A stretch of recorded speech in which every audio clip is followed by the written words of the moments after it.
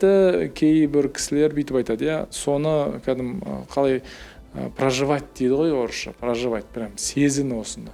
Анау ССС дейді ғой, сорлылығыңды сезінген сәт. Сезініп көруді керек шығар, иә, мен мәссаған. Енді одан кейін міндетті түрде қабылдау, одан кейін міндетті түрде қызығушылық керек. Қызығушылық мен қалай шешем, немесе болашақта осындай болмау үшін қандай нәрселерді өзгертуім керек. Я, әдетте адамдарда көбіне ақшаға қатысты осындай бір ой болып жатады. Ақшаға қатысты бір күйзеліске кіріп жатады.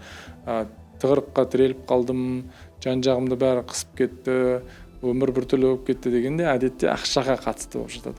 Бірақ әрине бұл жерде біз ақшаны өміріміздің мәніне ажыраталсақ күшті болатын еді. Ақша көтерілген кезде настроение көтеріліп, ақша түскен кезде настроение түсетіндей болмаса күшті болар еді. Иә?